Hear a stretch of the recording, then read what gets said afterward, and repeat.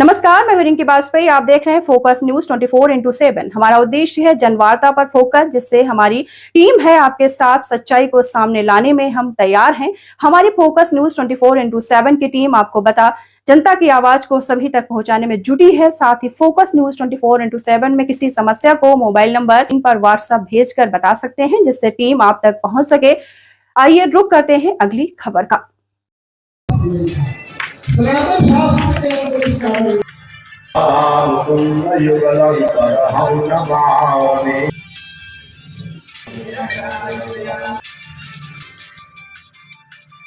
वो क्या नियम रहेगा, क्या क्रम रहेगा, कैसे कैसे इसको हम आगे चलाना चाहते हैं, जो इसको महाराष्ट्र ने बताया कि इस अधिनियम को सभी के साइन कराकर स्वीकृति लेकर आगे पहुंचाया जाएगा। तो इसको पढ़ने के लिए मैं निवेदन करूंगा, हमारे हर महाराष्ट्र के हर कार्यक्रम में अपना साथ देते हैं। कानपुर से पधारे हैं बाल योगी अरुणपुरी जी महाराज, तो मैं निवेदन करूंगा कि वो इस गौरी निरंतर विभूषित वाम भागम नारायण प्रियमनंग मदापहारम वाराणसी पुरपतिम भज विश्वनाथम। भगवती पराम्बा महारानी गंगा यमुना सरस्वती संदेह परम पुण्य को देने वाला है, इसलिए आज का दिन आपके लिए अत्यंत सार्थक हुआ है। धार्मिक दृष्टिकोण से भी, सामाजिक दृष्टिकोण से भी, सांस्कृतिक दृष्टिकोण से भी और आध्यात्मिक दृष्टिकोण से भी आपका यहाँ उपस्थित रहना परम पुण्य को देने वाला है। सम्माननीय देवकीनंदन ठाकुर जी महाराज, क्या अमेरिका से लेके कनाडा से लेके इंग्लैंड से लेके भारत की भूमि और भारत की भूमि में लगभग केंद्र शासित और स्वतंत्र राज्य पूरे भारत में घूम घूम कर सनातनी बोर्ड की स्थापना के लिए भारी जन समर्थन जुटा रहे हैं।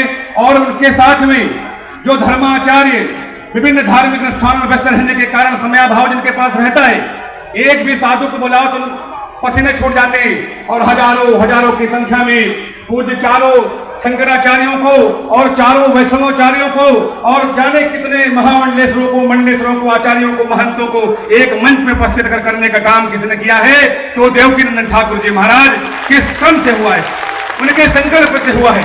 इसलिए निसंदेह हम कह सकते हैं कि आज ये दिन हम सभी के लिए निर्णायक होने जा रहा है।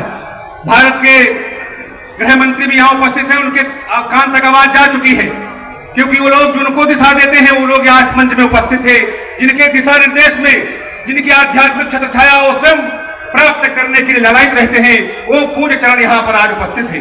इसलिए जिस सनातन बोर्ड की जो रूपरेखा हम सभी के यज्ञ अत्यंत प्रिय संतों के दुलारे देवकीनंदन ठाकुर जी महाराज ने जो रचना की है, संतों के समन्वय से, उनकी स्वीकृति से, उनके सहकार से, उनके द्वारा सामंजस्य से, ऐसा बढ़िया विधिवत मैंने पढ़ा है, जो कि आपको भी मैं कुछ चंद शब्दों में बता दूं।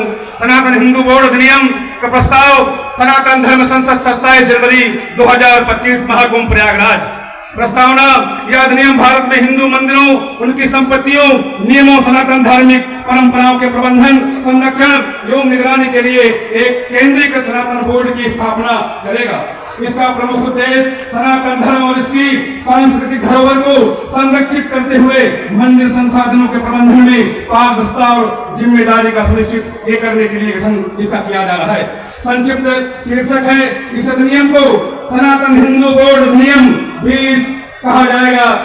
दूसरा विस्तार: यह अधिनियम संपूर्ण भारत, इसमें सभी राज्य, संघ राज्य, क्षेत्र शामिल होंगे और ये पूरे भारत को धार्मिक रूप से इसमें समाहित करेगा। प्रारंभ 3: यह अधिनियम उस तिथि से लागू होगा इसे केंद्र सरकार राज्य पत्र में अधिसूचना द्वारा इसकी नियुक्ति करेगा। सनातन हिंदू बोर्ड का गठन: सनातन हिंदू बोर्ड एक स्वतंत्र निकाय के रूप में स्थापित किया जाएगा, जो हिंदू मंदिरों, उनकी संपत्तियों और उनकी निधियों की देखरेख के लिए उत्तरदायी होगा। सनातन बोर्ड मंदिरों में वैदिक सनातन पूजा पद्धति, सनातन परंपराओं, सनातन हिंदुओं के धार्मिक अधिकारों की सुरक्षा सुनिश्चित करेगा। इसमें वही व्यक्ति समर्पित किए जाएंगे जो हिंदुत्व के लिए पूर्ण रूप से समर्पित होंगे। चारों पूज्य शंकराचार्य सुदूर दक्षिण में श्रृंगेरी पीठ, उत्तर में ज्योतिष पीठ और पुरी पीठ, और गुजरात में हमारी द्वारका शारदा पीठ के पूज्य शंकराचार्यों को प्रमुख संरक्षक इसका नियुक्त किया जाएगा। उनके संरक्षण में हम सभी लोग जो पूज्य हमारे शंकर परंपरा के आचार्य हैं, चारों शंकराचार्य के नेतृत्व में ये आगे बढ़ेगा। केंद्रीय अध्यक्ष मंडल सदस्यों के साथ सनातन बोर्ड के अध्यक्ष मंडल का गठन किया जाएगा, जिसमें निम्न सदस्य होंगे। सदस्य चारों संप्रदाय के जगत गुरु, दो जगत गुरु आज यहाँ पर उपस्थित है और 4 पूज्य शंकराचार्यों के प्रतिनिधि के रूप में यहाँ पे महामंडलेश्वर संत जन यहाँ उपस्थित है। इसलिए इसमें तेरह अखाड़े जूना, आवाहन, अग्नि, अटल, आनंद, महानिर्वाणी, दिगंबर, निर्मोही, उदासीन, दयाव, पुराना और निर्मल, ये 7 अखाड़े के जो अध्यक्ष हैं आचार्य महामंडलेश्वर, उनको भी सदस्य के रूप में इसमें नामित किया जाएगा। तो 13 अखाड़े के 13 आचार्य, 4 जगत गुरु शंकराचार्य और 4 संप्रदायों के 4 जगत गुरु वैष्णवाचार्य हैं, तो इसमें सदस्य के रूप में नामित किए जाएंगे। प्रमुख संत जो भारत के कोने कोने से लाखों लोग जिनको सुनते हैं, जिनको फॉलो करते हैं, ऐसे पूज्य कथावाचक, ऐसे हमारे विभिन्न प्रांतों से एक सदस्य रखा जाएगा, जो प्रमुख कथाकार हैं और जो संत जन धर्माचार्य हैं, उनको भी इसमें समाहित किया जाएगा। जो सहयोगी मंडल होगा, देश में हिंदुओं के लिए कार्य करने वाले 2 सबसे बड़े हिंदू संगठनों के प्रतिनिधि, जो सामाजिक हिंदुओं को समन्वित करते हैं, हिंदुओं के जागरण में जिनका भारी योगदान है, ऐसे 2 बड़े संगठनों के अध्यक्षों को भी इसमें सदस्य के रूप में शामिल किया जाएगा। देश के विभिन्न भागों से प्रमुख संत कथाकार धर्माचार्य और देश के प्रमुख मंदिरों के जो ट्रस्टी हैं, जैसे 12 ज्योतिर्लिंग, हमारी वैष्णो देवी, अमरनाथ बाबा और जो 51 शक्ति प्रधान शक्तिपीठे हैं, 52 शक्तिपीठे हैं, उनके पीठों के जो ट्रस्टी प्रधान हैं या महामंडलेश्वर या आचार्य जो भी उनका संचालन करेंगे, उनके अध्यक्ष को भी सदस्य के रूप में इस बोर्ड में समाहित किया जाएगा। जो बड़ी गौशालाओं का संचालन करते हैं या लाखों गौ माता निश्चिंत होकर के आनंद करती हैं, उनके प्रमुखों को भी सदस्य के रूप में इसमें शामिल किया जाएगा। गुरुकुल शिक्षा पद्धति क्षेत्र से जुड़े एक व्यक्ति को इसमें शामिल किया जाएगा। सलाहकार मंडल जो इसका रहेगा, और न्यायपालिका जो रिटायर्ड जस्टिस है, जो जिनके नेतृत्व में राम मंदिर ऐसा फैसला आया, ऐसे सनातनी विचारधारा को आत्मसात करने वाले ऐसे माननीय जो न्यायाधीशगण हैं, उनको भी सदस्य के रूप में इसमें स्थान दिया जाएगा। उच्च पद सेवानिवृत्त जो IAS IPS जो कुशल भारत सरकार में जिनका प्रबंधन में राष्ट्र सांस्कृतिक रूप से आगे बढ़ रहा है, ऐसे माननीय अधिकारियों को भी बतौर सदस्य इसमें शामिल किया जाएगा। मीडिया क्षेत्र से भी जिन्होंने हिंदुत्व को आत्मसात किया है, हिंदुत्व को जिया है, हिंदुत्व की विचारधारा को आगे बढ़ाने में जिनका बहुत अमूल्य सहयोग है, ऐसे सम्माननीय मीडिया के अध्यक्षों को भी बतौर सदस्य इसमें शामिल किया जाएगा। जो वरिष्ठ शिक्षाविद हैं, उनको भी इसमें शामिल किया जाएगा। सामाजिक क्षेत्र संगठन से जुड़े हुए लोगों को भी इसमें, उनको भी एक सदस्य शामिल किया जाएगा।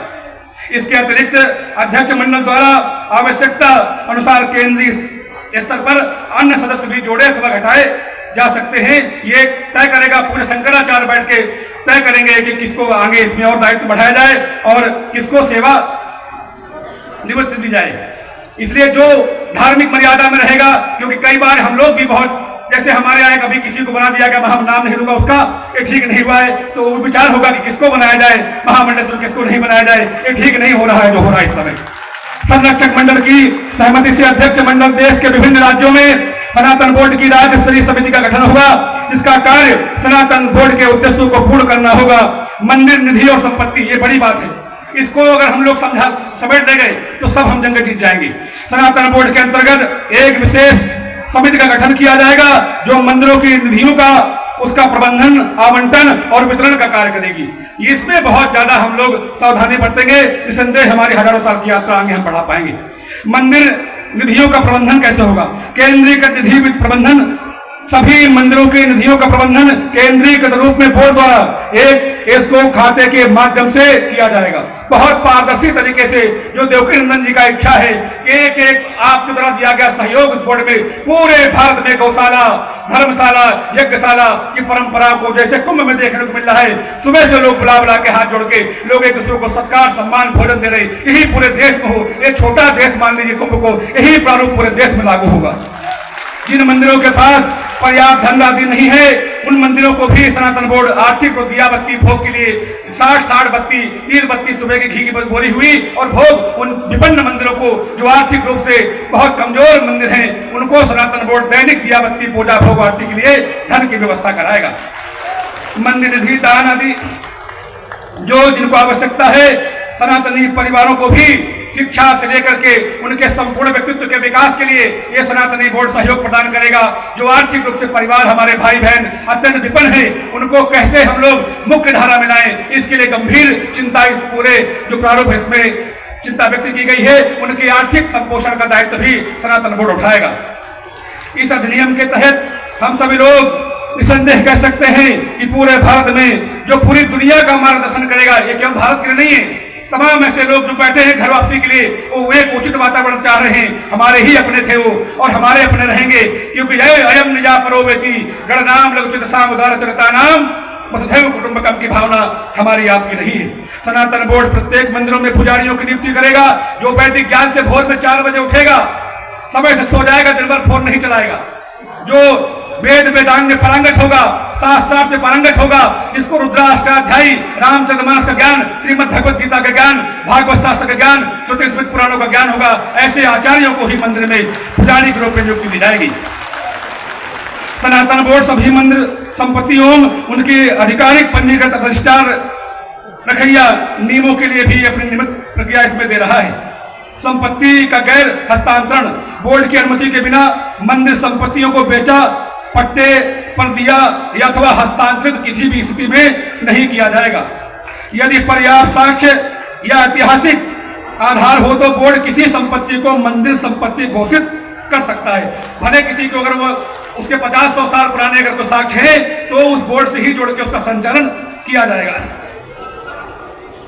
इस अधिनियम के तहत सनातन बोर्ड न्यायपालिका का गठन किया जाएगा, जिसमें शंकराचार्य एवं केंद्रीय बोर्ड समिति के नामित जो वरिष्ठतम सदस्य हैं वही हुई न्यायाधीश होंगे। माने हम लोग दूसरे किसी न्यायालय में नहीं जाएंगे, जो हमारे अपने न्यायाधीश होंगे, हम हमारा मुकदमा, हम हमारा प्रार्थना उनके पास जाएंगे, वही पंजीकृत किया जाएगा, उनका सनातनी परंपरा से निस्तारण किया जाएगा। ये बहुत अच्छी परंपरा का शुरुआत पूज्य महाराज ने किया है। हमको लगता है कि जब बनाया गया होगा तो दुनिया भर के लोग इसमें बैठे होंगे तभी बन पाया है, इतना छोटा मोटा काम नहीं है। वक्फ बोर्ड द्वारा जबरन कब्जा की गई भूमियों की उनको मुक्त कराया जाएगा और असंवैधानिक अधिकारों संपत्ति के लिए सनातन बोर्ड न्यायपालिका द्वारा सभी स्तर पर प्रभावी प्रयास किए जाएंगे। सनातन विरोधी चलचित्र आज आप देख रहे पूरा कुंभ नचनियों गमनियों को उसमें भर गया है। ये बेहद शर्म का विषय हम सब लोगों के लिए, जहाँ बड़ी बड़ी कथाएं, बड़े बड़े त्याग वैराग्य ज्ञान भक्ति योग साधना वेदांत की बातें हो रही है, वहां नचनियों की फोटो लगाई जा रही है। ये बहुत ही खराब हो रहा है। इसको भी नियंत्रित करने के लिए ये सनातन बोर्ड काम आएगा।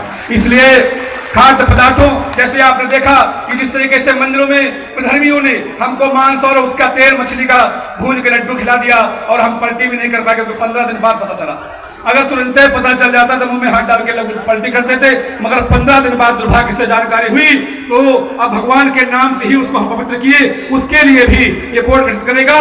सनातनी लोग मंदिरों में सेवा दे पाएंगे। हमारी आस्था, हमारी संस्कृति, हमारा आत्म भाव हम उसको संरक्षित रख पाएंगे। ये जब भी संभव है जब हम सनातन बोर्ड का गठन कर पाएंगे। तब सुरक्षा के उपाय क्या होंगे? मंदिरों की धनराशि को बोर्ड द्वारा नियंत्रित इसको खाते में जमा किया जाएगा।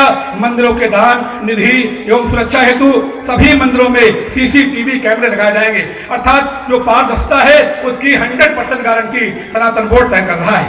सनातन बोर्ड प्रत्येक माह में एक बैठक करेगा ताकि मंदिर प्रबंधन धार्मिक विषयों जो समस्याओं का समीक्षा समय पर कर सके, उसका निस्तारण कर सके। ये भी बहुत बड़ी चुनौती होगी, क्योंकि बहुत व्यापक इसमें जो संविधान की रचना देवकीनंदन जी ने की है, निसंदेह हम सभी लोगों को पढ़ने से ही गर्व महसूस हो रहा है। मंदिर प्रवेश और प्रसाद वितरण, मंदिर प्रवेश नियमों प्रसाद प्रबंधन की देखरेख बोर्ड द्वारा की जाएगी, जिसमें तिरुपति बालाजी मंदिर प्रसाद जैसी घटना दोबारा इसकी घटना की पुनरावृत्ति ना हो सके, इसके लिए सनातन बोर्ड पूरी तरीके से इसके उनके प्लान है, पूरी योजना इसमें तैयार की गई है। सभी बोर्ड प्रत्येक मंदिर में अनुपालन की नियुक्ति करेगा ताकि इस अधिनियम और बोर्ड के निर्देशों का पालन सुनिश्चित किया जा सके।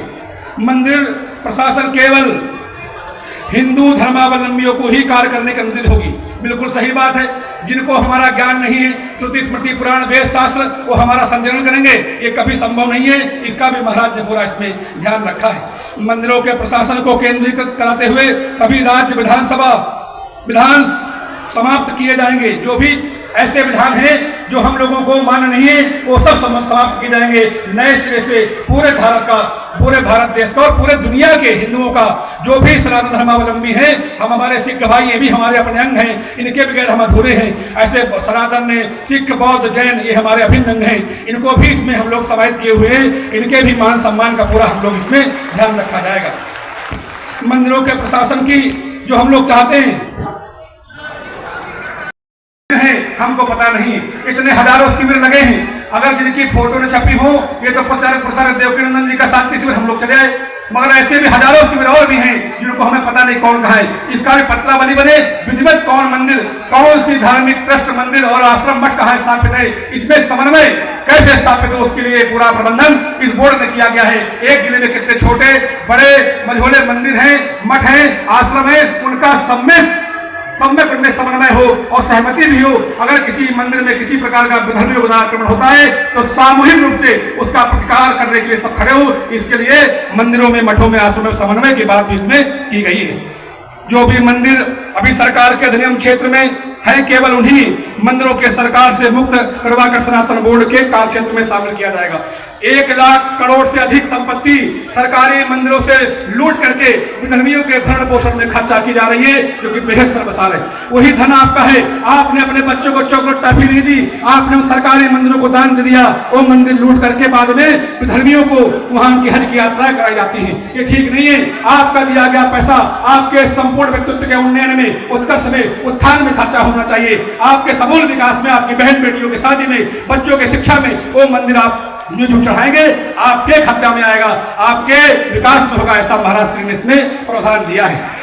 जो भी मंदिर या धार्मिक संस्थाएं व्यक्तिगत संचालित हैं, उन्हें सरकार के अधीन नहीं हो, उन पर सनातन बोर्ड के नियम या जो प्रतिबंध लागू होंगे, जब तक कि मंदिर गौशाला या संस्था अपनी स्वेच्छा से सनातन बोर्ड के अधीन होने के लिए आवेदन न करें।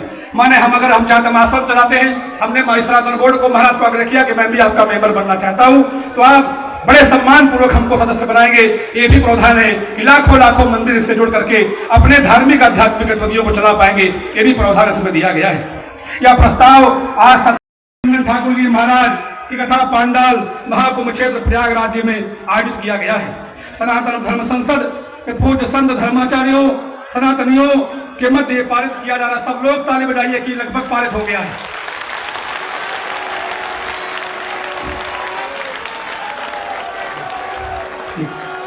अब हम लोग कुछ एक बात करके अपनी वाणी को विराम करेंगे। बहुत पूरे भारत के कोने कोने से संत महात्मा साधु महामंडलेश्वर आचार्य जगत गुरु इसमें उपस्थित हैं। इसलिए आज हम व्यक्तिगत रूप से कहना चाहूंगा कि जब हमारे पूज्य देवकीनंदन ठाकुर जी महाराज सुदूर अमेरिका से लेके, इंग्लैंड से लेके और पूरे कनाडा 7 महाद्वीपों में सनातन धर्म का संघनाद कर रहे हैं, तो हम सभी लोगों को आर्थिक रूप से, मानसिक रूप से और शारीरिक रूप से हमको तीनों प्रकार से महाराज को इसमें सहयोग देना होगा। महाराज ने, हमने ये भी देखा कि कई बार क्या होता है कि हमारे यहाँ कुछ परंपराएं चलती हैं, हम साधु महात्मा कभी उन परंपराओं को निर्वहन करते हैं, तो हमारे यहाँ पे माला, फूल, चंद्र, बधाई, सौल, दक्षिणा, तो महाराज ने लाखों करोड़ों रुपए खर्च करके संतों का आमंत्रित किया। जो उनका विधान है, जो उनकी संस्कृति अखाड़ों की है, उसमें महाराज पीछे नहीं उठे। उनको वही सत्कार, वही सम्मान अपने व्यक्तिगत रूप से लगा करके कि सनातन बोर्ड बने, उसके लिए जो भी हमें करना पड़े वो करेंगे। तो आपने कानपुर में हजारों संतों को जोड़ा और सबको वही सम्मान जो उनकी संस्कृति के अंतर्गत आता है, ऐसा भी आपने किया। दिल्ली में पूरे दिल्ली मंडल से लेकर के हजारों की संख्या में वहां भी देखिए कितने कॉटेज, कितना व्यवस्थित तरीके से एक व्यक्ति को रुकने की जगह नहीं कुंभ में। हजारों लोगों को महाराज ने आश्रय दिया हुआ है।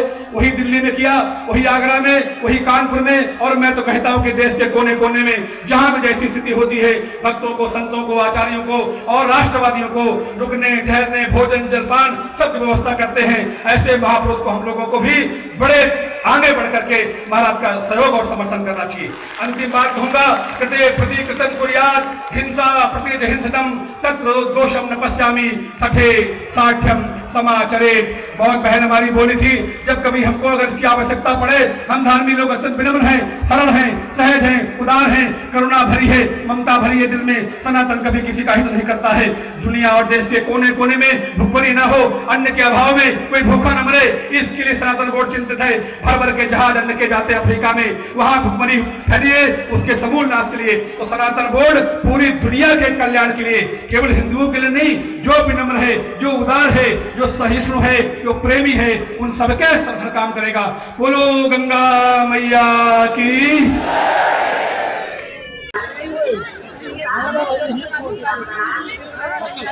हेलो भाई